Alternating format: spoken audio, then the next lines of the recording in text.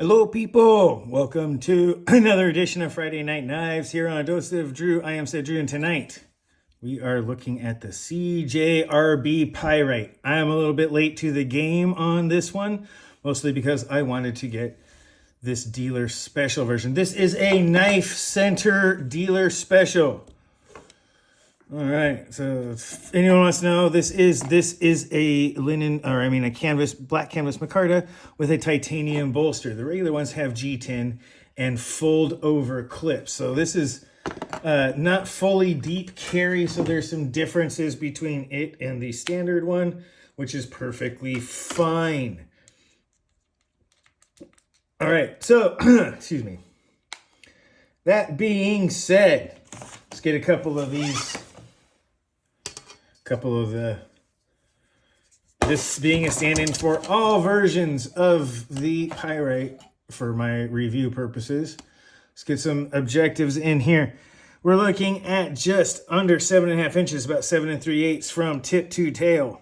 If I get that right on the line like it's supposed to be, then we are looking at approximately 7 3/8 tip to tail. With a blade length from tip that is just slightly over 3 inches to the very, very tip, but just barely, maybe a 1/16 to an 1/8 at most. But cutting edge is, by the crow flies, under 3 inches. Very, very nice high flat grind here. That saber grind is beautiful. And of course, the quick obligatory sandwiches. First up and foremost, the Spyderco sandwich here with the paramilitary 2. As you can see, it is slightly smaller, slightly less blade, but in a very, very, very compact package. And the Para 3. Very, very similar in overall length to the Para 3, with a slightly more edge. That gives you a very, very good gap. You got height, blade, there's a lot of things that go with it. We will get into that here in a moment. Get these out of here. All right, and real quick, it is just a blur. As you can see, slightly smaller than the blur, but a ton of hand space. That is a big deal when you're trying to get something in there. And not just any leak, but a random leak. Take a look at that. Barely longer than the leak. Lots of blade length. Tons of hand space. We will come back to that one. All right, and some of the last bits here. The CVV Elementum. There is a lot to like about both of these, and almost everything you like about the Elementum, not the button lock, we're not comparing that right yet, you will like about the Pyrite. I can tell you that right off the bat. And of course, the Benchmade Bug Out. Very, very similar in size to the Bug Out. You have the drop point. There's a lot of similarities there, and that is a good thing. Bug Out is one of the best-selling knives of all time. And of course, this is it compared to my Wiener. As you can see, it is slightly longer than my Wiener, but my Wiener has the curves, and I believe it is thicker, but I'm not going to show that to prove it to you. All right. One last little bit here when it comes to the objectives. We're going to take a look at this, because this is another part where this knife shines. 3.1 ounces, 1110. I blow enough dust off there, we might be able to get it to 3.10. 3.1 ounces, close enough for the math I'm doing right now. Definitely within the error of that machine. So 3.1 ounces, barely over 3 inches of blade. We're talking an ounce per inch. With steel liners, titanium bolster, and micarta on the back. That is fantastic. There's a couple of things that go with this. We start getting into the design of this. It is extremely skeletonized on the back part, but right up to where the first screws are here, it is almost solid, giving lots of machining space and everything for the button lock, which gives it a balance point right there. Ergonomics are great, right? Part of the design works well with the hand. So you can see there is both an arc and a dip, so you got a great saber grip. It's not the most roomy for all hands, but if you have hands, you'll probably find that your pinky can catch this little roll off here. That gives it a little bit of oomph on the saber grip. It is also has a generous choil that goes well past the plunge grind and well past the thumb stud, so that you have essentially a sharpening choil in front of the thumb stud, but it gives you a full finger. But that gives you a lot of choke up space on the handle when you're in the saber grip, and it gives you a great pinch grip that also puts your thumb right up on the thumb studs, which kind of gets it out of the button lock way, which is great. You can still do it, but your finger's in the way. I can roll my thumb back and disengage the knife from there, which is, again, one of the things, it has to be deliberate. We'll get into that very, very quickly in the mechanics, because one of the best things about this is the beauty of that button lock. One of the things that, it's hard to describe, but one of the things that the Malibu got right, this thing sits flat. The button sits flat on the table, right? It sits flat in my pocket. It sits flush. Same with the CJRB. I sit on this. I can't just open the knife. Or now in the open position,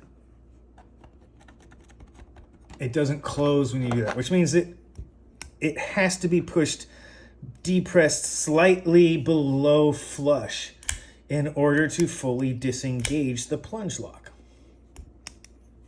That's fantastic. I mean, you can overpower that on either knife, right? Because it's designed to be able to be flipped or thumb stud.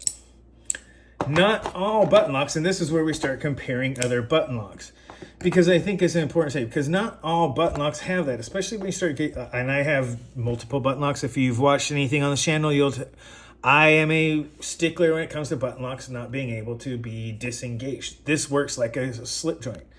I can use it pinched up, but I have to deliberately roll my thumb back onto it to disengage it. And if I'm any position that my thumb can do that, I'm choked up, which means I have the same safety margin as a slip joint with a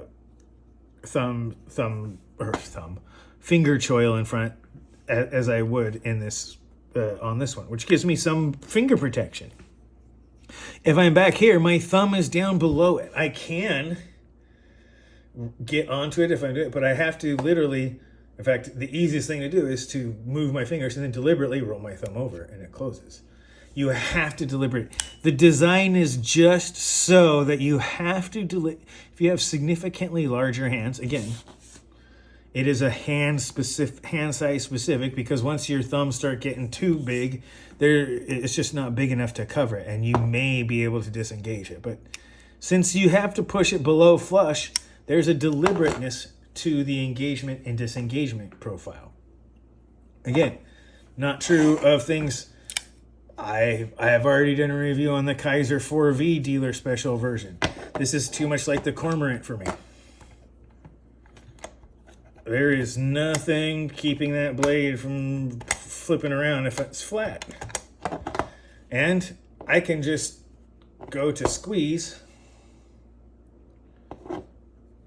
And because it doesn't have to go below flush, it disengages just from squeezing the handle. That doesn't happen with the Pyrite. Another one who got it really, really good here. I don't have an Elementum button lock, but I do have Conspirator and the Send Cut, which I hemmed and hawed about it being a Send Cut is definitely a budget version of Civivi. So both of these button locks have a similar beauty. If they're open, can't do it. And if you have a pinch grip, you have to roll. Even though they're dished, I tend to like crowned buttons, but even though they're dished, they don't have that problem. So there's some, and the Malibu has no such issues whatsoever. The Malibu is still the standard. It is not cheap, but it is the standard for a very good reason. Most recently, I have also done the new Mini Sheepdog, which has the crown button much more like the other king in this area, especially on the budget, though Pyrite's taking it, is the Kaiser Original. Great button lock. In fact, this is probably the biggest competitor to the CJRB Pyrite. This is great. The review on this is up. And I really want to bring that in. The CJRB Pyrite, this is a $75 version. It might be $72, $95, $73. It's right around $75. For the math part of it, we'll say that's close enough. The G10 versions, the normal versions of the Pyrite, are around $50. I like the aesthetics of the Pyrite better, quite honestly. Getting into it, I think it looks good. That does not in any way mean that the original is bad. In fact, the original is one of the best EDC knives for the money, in my opinion, you can buy. You get the fidgetiness, you get a button lock, you get 154 cm steel. Very, very good. There's a whole review I have on this. It's a beautiful design, and the price is right. The value to performance ratio that you get for something that is so fidgety, so slim in the pocket, so well designed, and just essentially great all-around EDC knife, hard to beat. But you can get lots of different versions of this. Micarta versions, they're coming out with some 20 CV and fancier versions. They're coming out with different materials on this design because it is such a great design. So you can upgrade the materials. Like, well, it'd be a great design, but they have more materials. Well, hey, you can spend the money and get more materials. And that's sort of what I did here, but from the factory. The general one is a G10 covered version. They may have micarta. I think they're G10, but they're single piece scales on a G10 version of this. It is fantastic. AR/RPM 9 steel. For those who don't know or like it, it is essentially a blend between 440C and 440B. It sits right on the right in between. It's the upper range of 440B, lower range of 440C. It sits right in between there.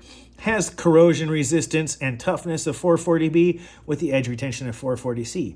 That's the idea behind the formulation. And then you give it the Pardo metallurgy, which gives it a lot more toughness, and you get a steel that can take very thin edges. It doesn't quite have, according to testing on places like Knife Steel Nerds, Cedric and Ada, and other places, at the same bevel angle and all that, it doesn't have the same edge retention as D2. At best, it's getting close to 440C. It's right up in the 440C range, depending upon hardness. But because of its toughness, much like 154 CM or CPM 154, or some of the Nitro V, for any that's one of the benefits of Nitro V, is it is a tougher steel, so you can give it. In fact, this is a resharpened edge on my Conspirator. It is very thin behind the edge. That is approximately right there what a 16 degree bevel thickness is on there. So I thinned it out from 19 to 16. It has the toughness to take it, and if you have ever looked at any of the blade stuff on Knife Stones or anything, you can see the scientific evidence and such of a narrower blade angle, giving it better cutting performance and better edge retention as less direct force is placed upon the edge. And so by having a tougher steel, you can give it a better edge geometry that can give it similar cutting performance knife to knife as one with, say, D2. This will have, if you have the same edge angle, D2 tends to be able to cut longer on abrasive, but it is about half the toughness of 9CR18, which means you can go fairly narrow and get similar cutting performance, not at the same edge angle, but say knife for knife. You know, I have a 9CR18 or AR/RPM 9 blade that has a 13 degree edge angle, or a D2 at 17, I'm going to get similar performance out of those with an easier time on the AR/RPM 9. As long as I'm not doing heavily abrasive stuff, like say a Catra test or sandpaper or anything like that, where it is relatively low abrasion, 9CR18 is great. It's up there as far as I'm concerned with 14C28N. I like 14C28N just a little bit better. It can have better toughness at similar hardness with arguably a little bit less corrosion resistance. So 14C28N is right up there. 154CM and its particle metallurgy equivalent, CPM 154, to me are both slightly better than the 9CR18 versions. Either one. The 154CM is slightly better than 9CR18, and CPM 154 is slightly better than RPM 9. Or AR RPM 9, whatever. The particle metallurgy 9CR18, right? And D2. These are as far as I'm concerned, the premier budget steels right now. 8CR13 is now, as far as I'm concerned, relegated to knives under $40. If it's over that, it had better be. Oh my goodness, do I have one here? Oh, it better be big, where the toughness of 8CR18 and such is there. And really, at that point, if you're trying to make something for price, you use 8CR13. If you want something for toughness, you put 14C28N or AEBL. So that being said, the design on it, fantastic. Steel, knife, ergonomics. It's not contoured. It's pretty flat, but it's got a lot of good angles on the top for like saber grip and all that stuff. The flat gives you good control surfaces, and the chamfering around, including just, I don't know if it's been visible as I move on, the tiniest little bit of shadow boxing here. And I mean, it is just, excuse me, it is just barely noticeable. But every once in a while when you move it around like that, you get a glimpse in the light of a little bit of shine where there's just a little bit of letterboxing. That with the chamfering gives it more contouring than you would think, or at least the feel of it. It rounds all of the edges over, and the inside is polished and rounded, so it's not sharp there. Very, very, very well polished and shiny on the inside. Well built. It seems to be quite good. And the aesthetics. It looks like a knife. High saber grind. Long, flat grind. Thin behind the edge. It is CJRB has a great time, and it does a great job with their stuff. If anyone's wondering, yes, it's sharp. It's sharp out of the box. How sharp? Oh, let's see if I can do this here on camera.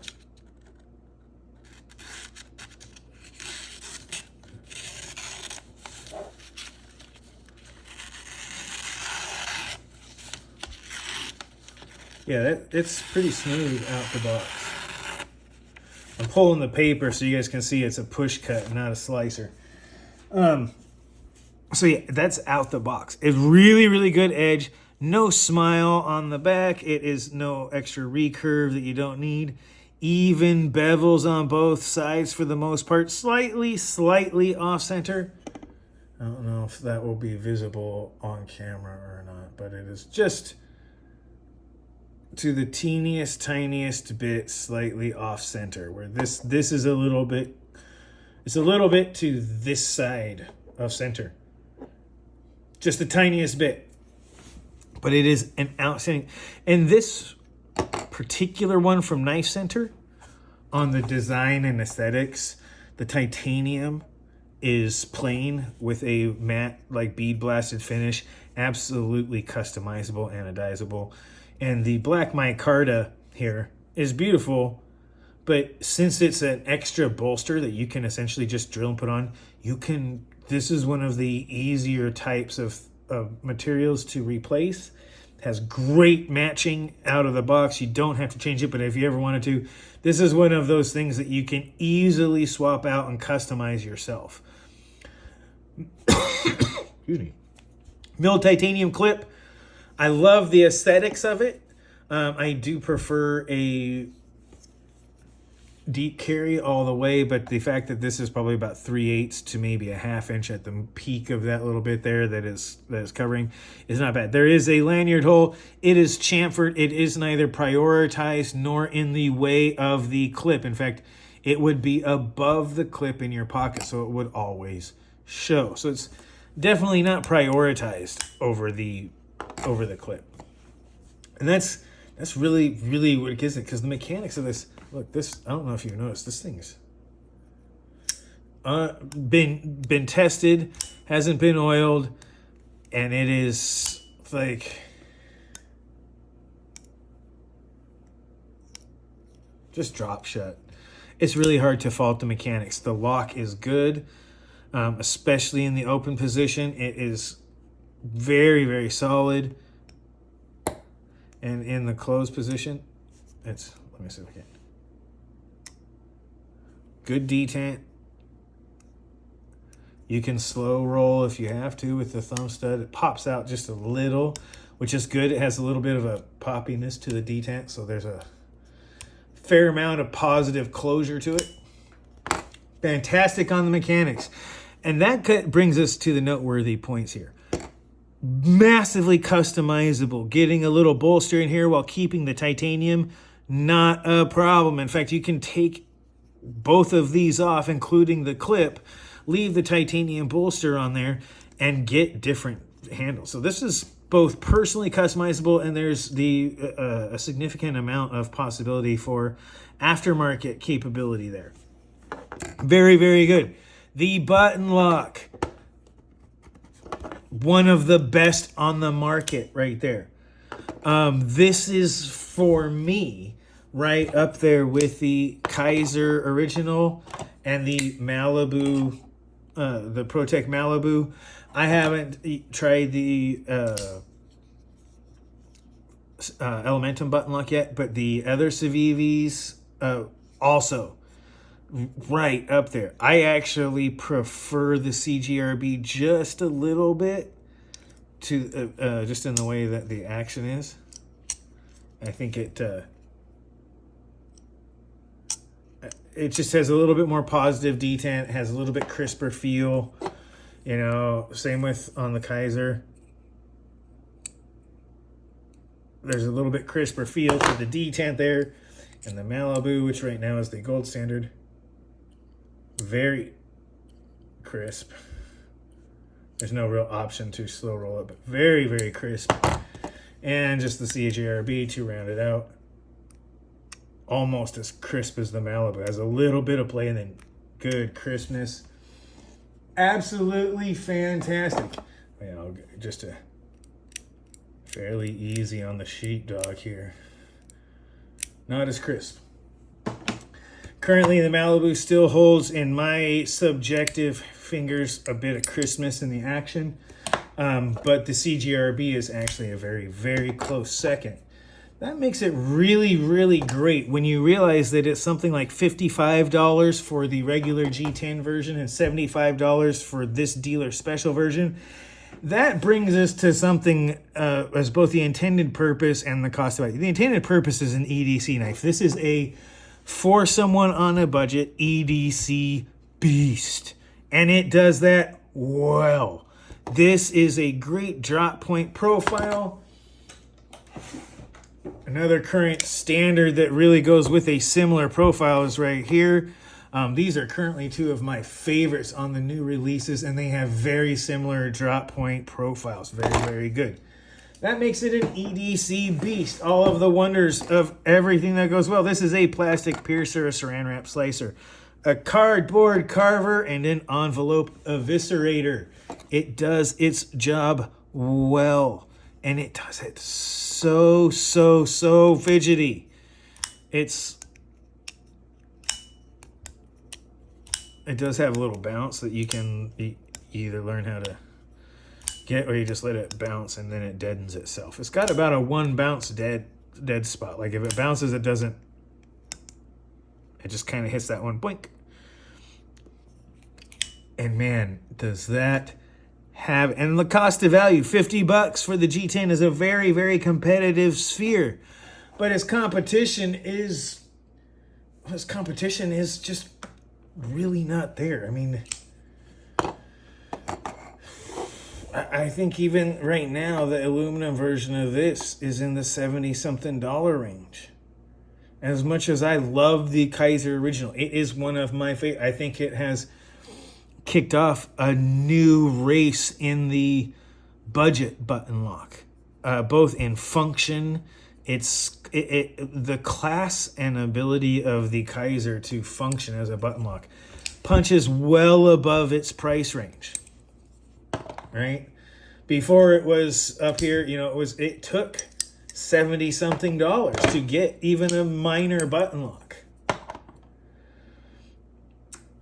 And now you've got CJRB dropping it at the $50 range, which, yeah, you could get close to the Send Cut's probably close, but if you notice, it's not as refined feeling as the CJRB for a similar price on the 50 side. And arguably, I mean, I hate to say it, the Kaiser's, it's at least on par with the Kaiser, if not slightly better. It's a subjective feel. It's pros and cons, depends on where you go. But I would put it at least on par with the Kaiser original and just nipping at the heels of the ProTech Malibu when it comes to action. That's some really good company. That's in my opinion the top button locks out there on a consumer level that I've had the pleasure of trying, the Elementum being one of the major ones that I haven't, and it coming out as at least equal. That's a great thing to say about the CJRB.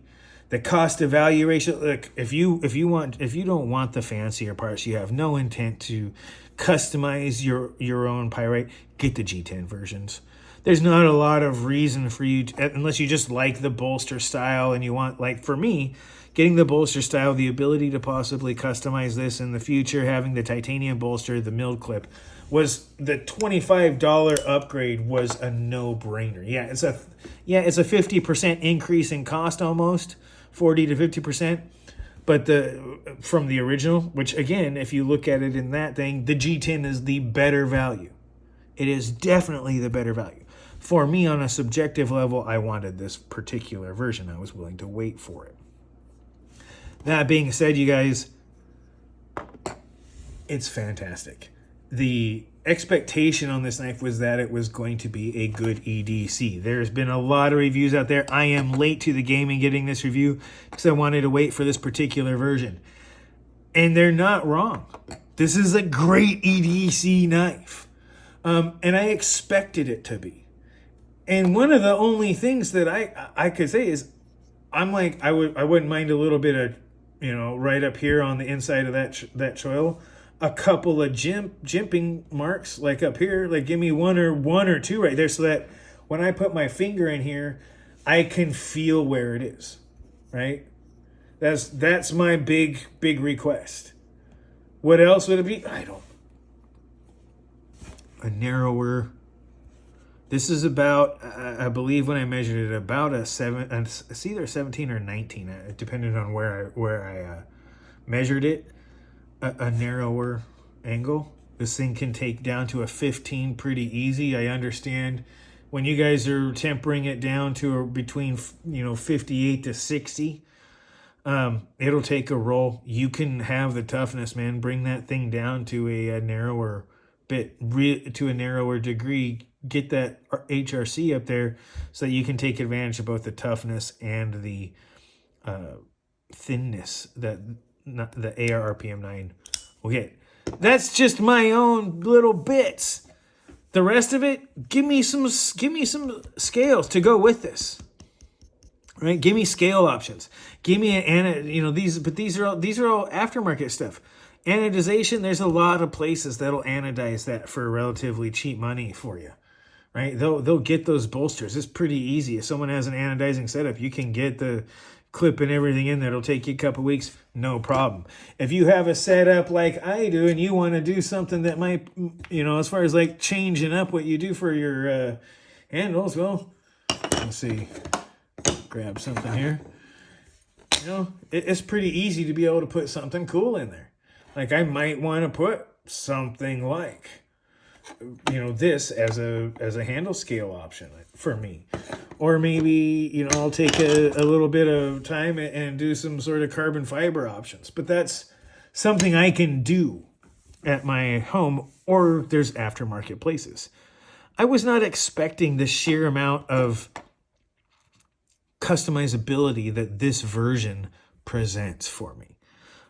Since I don't ever have to change the titanium bolsters to be able to put something on the knife, it makes it, well, not quite hot swappable. It's not that much different than, say, something like the Lander or a TRM, where I don't have to take the knife apart to swap the scales. I don't have to disengage the workability of this knife completely to swap a face scale. Yeah, there's the standoffs, and there's some argument to be made that that's it. But you can take the scale part off one at a time and change it out and put the screw back in without changing how this knife works. You can even take it apart, you wouldn't want to. You want to leave one screw in just to keep the standoffs where they are, but you can take one of them apart at a time and swap them one at a time. It's not quite hot swappable, but it's really close, which makes this customizable more than I expected. And that would have been a request on a G10 version, but on this one, no. If anything else, try and take some of the points out of the playbook of, say, the original, and this is a really good knife. Give us an upgrade version. Give us something that's just, a little bit higher up there. I would stay with a toughness version if you can. Give me something like, S35VN I think is a little overdone, but you can do it and keep it a price at around $100. Maybe some carbon fiber on a titanium. Give us a version like this with a couple of handle versions and an upgraded steel, CPM 20CV, anything that goes with, sort of the EDC vibe. I think you'll be able to sell them. I really do like this design. It is so recommendable.